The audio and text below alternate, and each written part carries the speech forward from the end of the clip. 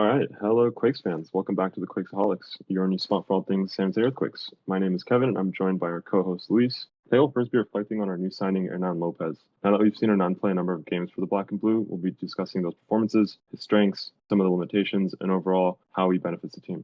Afterwards, we'll also briefly discuss our thoughts on last weekend's game hosting Austin and another seemingly inept referee. So let's get into it. For me, the first thing that stood out when I was watching Hernan, even just in his warm up, was how seamless his technique was. With all due respect to the squad, it's instantly noticeable the difference between Hernan and most of the other players. The way he controlled the ball, his passing, he moves the ball with a lot of confidence. And yeah, according to RB Ref, a website dedicated to tracking player stats, in the past 365 days compared to other attacking midfielders and wingers, he's in the 99th percentile for take-ons, 80th for completed progressive passes, and maybe surprisingly, only the 40th for progressive carries, only the 43rd percentile in passes attempted, and only ninth for passes completed. However, Hernan does hover around the 80th percentile for expected goals in open play, expected assists, and shot creating actions, like making space for a shot or a pass immediately followed by a shot.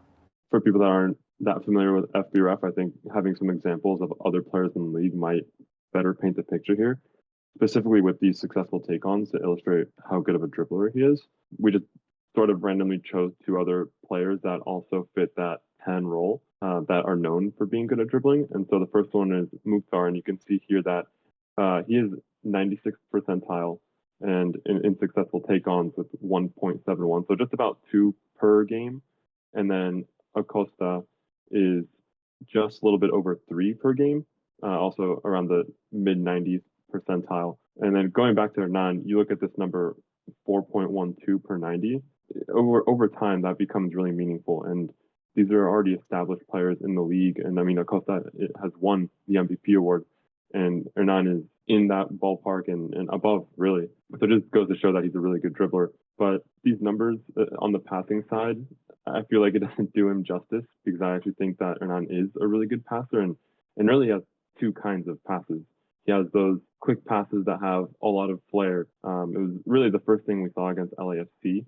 It was a lot of really quick playing, really quick passing, and it seemed almost contagious. I remember Yule was even trying to go for some of those flashy short passes to build up the attack quickly. And then I think it was 3 games ago against Orlando, there was also a lot of heel flicks. And then even last weekend against Austin, he had his back turned to goal, receives the ball, and instead of first turning and then looking for the pass, he already knows where Espinosa is. He does sort of like a flicked chip shot that goes behind him and lands at Espinosa's feet. And those aren't just, it's not just for the crowd of going, oh wow, what a flashy pass, but those kind of quick passes, yes, they can be less precise, but those are the kinds of passes that disorient defenders. And it isn't just those kind of flashy passes. The other thing I really like from Hernan is he has really good penetrating through balls. We saw this from Orlando. He was kind of towards the left side of the midfield, and he sends almost like a diagonal ground through ball that goes through like three defenders, and Espinosa receives it in that preferred zone or part of the field that he likes, run down the wing and cross it in from. And then we saw it against Austin too. The chip pass to Pellegrino early in the first half that had Pellegrino in that one-on-one situation. So between the flair, quick passes that disorient defenders, and then those really effective through balls, it makes for really good passing. And when he's not looking for those passes, he can also successfully take on defenders and midfielders. Yeah, and I will say some of those statistics that I mentioned earlier can be misleading. Some have a certain level of subjectivity. It can sometimes be esoteric or unnecessary. But I do think they're useful in validating or questioning certain impressions you may have when watching players. Within these games, I see he's strong. He can hold the ball well, especially for someone of his size. His play style is very direct, and I think that's reflected in the statistics. Being in the 90th percentile for taking on players goes to show he loves having the ball and running at players. When you watch him, you can see he likes to take players on, make some space for himself outside the area, and have a shot. He's in the 80th percentile for shot creating actions, which does include his own shots. And I'd be willing to bet the majority of those actions are a result of him taking on a few players and making some space for himself and having a shot on goal. As I mentioned earlier, somewhat surprisingly, he doesn't complete that many passes for an attacking midfielder. Like I mentioned, ninth percentile, but I actually don't think that that's a negative thing. I don't think that it's a reflection of an inability to pass, but he just doesn't choose to pass. Like I said, he's in the 43rd percentile for attempted passes. And when he does, they're risky. Like you said, the example against Orlando, they're risky passes in traffic or longer passes behind opposition defense to get across into the box. And yeah, it isn't just passing that he has, like long passes. The other thing that really surprised me is that he has a lot of good long range shots, and he's not scared to shoot from distance. I know being at PayPal or when we're on the road, I hear neighbors around me, or even I say it too, when other players get on the ball, I'm like, oh, just shoot the ball, shoot the ball. We really want to see those shots. With Hernan, I I don't feel that necessity to ask for those shots. He kind of has a natural inclination to taking those. And I think he has something like 7 shots from outside the box already. And I mean, 2 of those are chipped attempts over the goalie or really deep passes. And I have some of these graphs here from FootMob.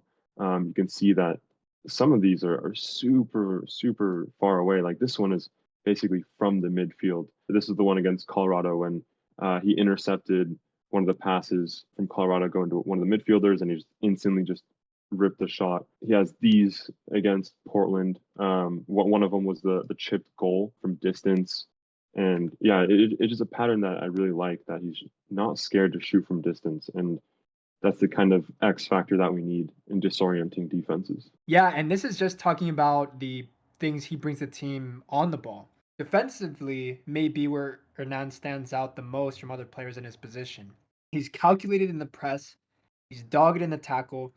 It should be a surprise to no one who regularly watched Hernan this season that he ranks in the upper 80th and 90th percentiles and above for a variety of defensive statistics.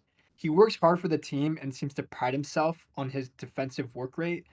He's definitely a great complement, I think, to Lucci's high intensity defensive setup. Yeah, and the funny thing is too, he's actually said that he doesn't like the defensive work, not the defensive scheme that Lucci has, but it was in one of those Quakes exclusive interviews on Apple TV, and it was Espinosa interviewing Hernan, and they were talking about how he developed as a player growing up, and it was always about playing to have fun kind of thing. But then as he got older, he had to focus more on the defensive side, and he said he doesn't like doing it, but he knows it's needed. And I think that there's weight to that, like he recognizes that it's just something I have to do, and he's fully committed to something that isn't necessarily what naturally comes to him. And I think in terms of that defensive work rate, something that he provides that we don't really see from anyone else on the team, he seems to have this skill for running from behind a player and tackling, kind of kicking the ball between their feet or running and intercepting a pass that's going back to a defender. And yeah, we've seen this across multiple games. We saw this in Colorado, in Portland when he was pressing and stole the ball from behind and then scored that chip shot like we mentioned earlier. And in Orlando too, against Orlando, he stole the ball from behind and had a long range shot. Those long range shots don't always go in, but it's kind of that X factor that we've been referring to. And it just helps the team a lot. And I'm looking at some of these defensive stats, and he's won so many tackles, and it's surprising as an attacking midfielder to see these numbers. So yeah, the work rate is there, and I'm really loving what I'm seeing. Yeah, and for all of Hernan's obvious talent, he does seem to still be a bit raw. As his bloodline would suggest, he loves to run through defenders. But I think there are a few times where he can choose his moments better. The defenders he's up against are usually pretty big, and I've heard time and time again players coming to MLS and being surprised at how physical the league is. His takeout numbers are still high since coming to the States, but from watching him, there are definitely moments where I think he should have released the ball sooner. He's also fairly one-footed, especially when it comes to finishing. Yeah, and we saw that against Austin over the weekend. There was the one really early in the half where it kind of fell awkwardly to his right foot. I'm not sure if it was supposed to be like a through ball pass or just one of those one touch low driven efforts. And I mean the one that stands out more is, I think, what was it, like 93rd, 94th minute? It was that last play of the game where Espinosa is running down the side. He does the low driven cross that we're so used to seeing, but Hernan's coming from more of the left side of the box. And so the way his body's positioned, it just makes more sense to try with the right. I'm not necessarily saying like, oh, his right foot is bad. In those moments, especially that counterattack, like, yeah, he ran the entire length of the field. So the legs are just tired. It's been 94 minutes of playing, but it's just something that I've noticed that it seems that he struggles a little bit with the right. I would say that's pretty common for left-footed players in general to be overly reliant on their left. I don't think it's inhibited him from finding Espinoza. I think he has built a good connection with Yule and Espinoza that will continue to grow.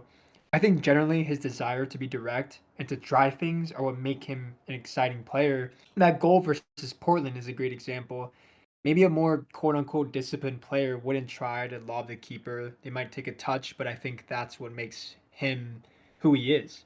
I think it's safe to say that almost everyone else on the team would have taken that extra touch. And yeah, I mean, just bringing up Espinosa, I think the best way to describe how they fit in together in the team is it's almost like a yin and yang partnership between the two. With Espinosa, we have a highly consistent player that is extremely good at a handful of attacking options, but Hernan is more, he seems to have a wider range of go-tos per se.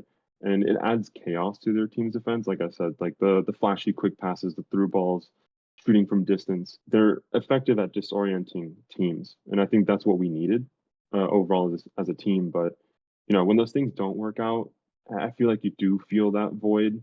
I felt this most strongly against the Roots. Actually, I just felt like he was finding himself constantly like triple teamed, and he was still trying to run through them anyways. He was successful to take on the first midfielder or defender, but then the other two players would kind of clean it up, maybe sometimes even body blocking. And I felt like he didn't recognize that well enough and try other options and pass other players. And so you just feel that void. And I feel like with Espinosa, you know what you're going to get out of him. But I mean, they combine for great attacking firepower. I think you need both of that chaos and that consistency. I'm not saying that one is better than the other. Added on top of that, they both have extremely high commitment to the defensive side of the game. Overall, I think it's made for a great partnership, and I'm excited for what's to come, especially as Hernan grows in the team and just becomes more comfortable with everyone else. Yeah, overall, Hernan has added a lot of quality onto the team and effort for the defensive side of the game. He already has 2 goals for the club and brings a lot of excitement to the Quakes. And it's also worth noting he's only 23 years old. As you said, his relationship with the rest of the players will continue to grow. And hopefully, with time and good guidance from staff and some of his teammates, he will continue to mature. And I think those things about him maybe not picking the right moments to dribble or picking the right moments to make that line cutting pass is gonna get better. He's around good players. He's around a lot of veterans. He will get guidance from Lucci, from Yule, hopefully from Espinoza. And I think that with time, his talent is there, and it's just about getting those raw ingredients that he has and turning that into something that can be that consistent threat that we know Espinoza has turned out to be after his years of development here in the States. One last thing to mention too is it's not just about Hernan growing individually. With Espinosa's playing style, he's also taught his teammates how to better position themselves for the kinds of crosses that he makes.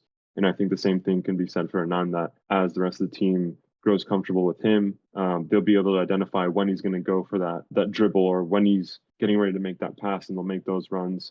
It's kind of almost like what Rodriguez had when he first joined, and I think Lucci alluded to this in interviews as well, like the press conferences, where Rodriguez is a player that likes to go up the field, and he has a lot of skills. I mean, he has like 2 or 3 goals this season, I think. But with that came that as he's attacking, that someone has to drop, and I think early on when he joined, the team wasn't really recognizing that, but now there's a lot more structure to it, and I think the same thing will probably apply to Hernan, where everyone's just going to mash, everyone's going to grow as a team, and yeah, there's only good that can come from this. Yeah, definitely. We've been seeing that over the last games too. I mean, we can talk about the Austin game now. What we saw in those first 30 minutes was probably the best 30 minutes we've seen all season. I think the only performances that really compare are the LAFC game at Levi's. I remember being also particularly impressed with the first half of the Dallas game. Yeah, there's a very intense 30 minutes, as others have said, as Lucci has said,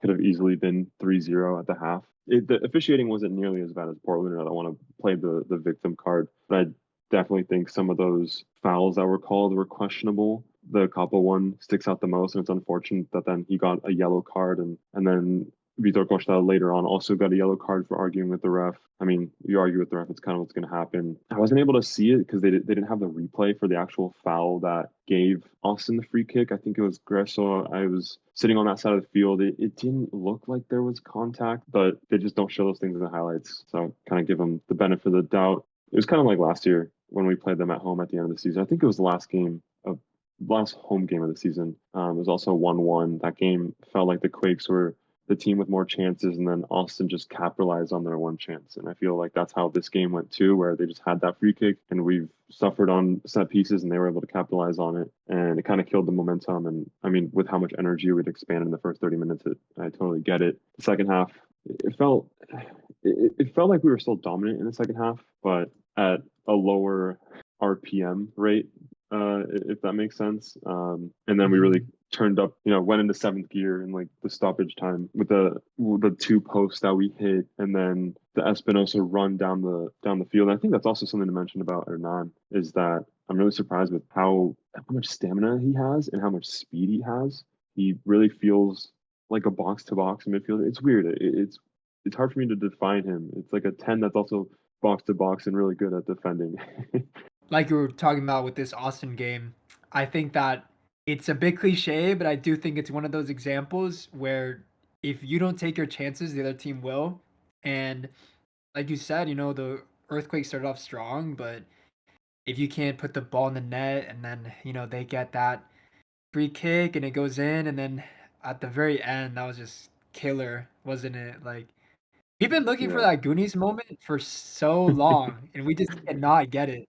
I don't know what Yeah. happened with that, but yeah, it was unfortunate. It was like something you see in some FIFA 14 compilation, but I do think, like you said, those 30 minutes were impressive, and I think that that's what they need to focus on, and they know like the difficulty is creating the ch- and then we do have players that can finish, and as long as we can continue to create those chances, then goals should come. But yes, just unfortunate this time around and frustrating for sure. Yeah, and we'll see how that continues in New York this Friday. It's unfortunate. I think Costa and Akapo are out on yellow card accumulation, so we'll need some rotation there. But I mean, after that, we got a bye week, so more time to rest. I feel like they'll have actually a good stretch of time to just focus on training and not just playing and recovering. So I think that'll be good. More opportunities for the team to get used to each other and having an on fit in the system. And yeah, overall, I think we're both very impressed with what we've seen so far. That promise that we got in the first game at Levi's of Hernan being magic on the ball, I think that's been consistent, and we're both hoping that it continues. I think that, it's unfortunate that we won't have our fullbacks, but we got to go to New York, try to get some points in the road. And like we were saying, Hernan's a great player, and hopefully he'll have a lot more to show us as the season continues and for years to come. So yeah, that's all we had for today. A little bit of a shorter one. We didn't have extreme match congestion, so we didn't have to cover 4 games in one. But yeah, thanks for listening, and we'll catch you up to the New York game. Thank you guys. Thank you for listening.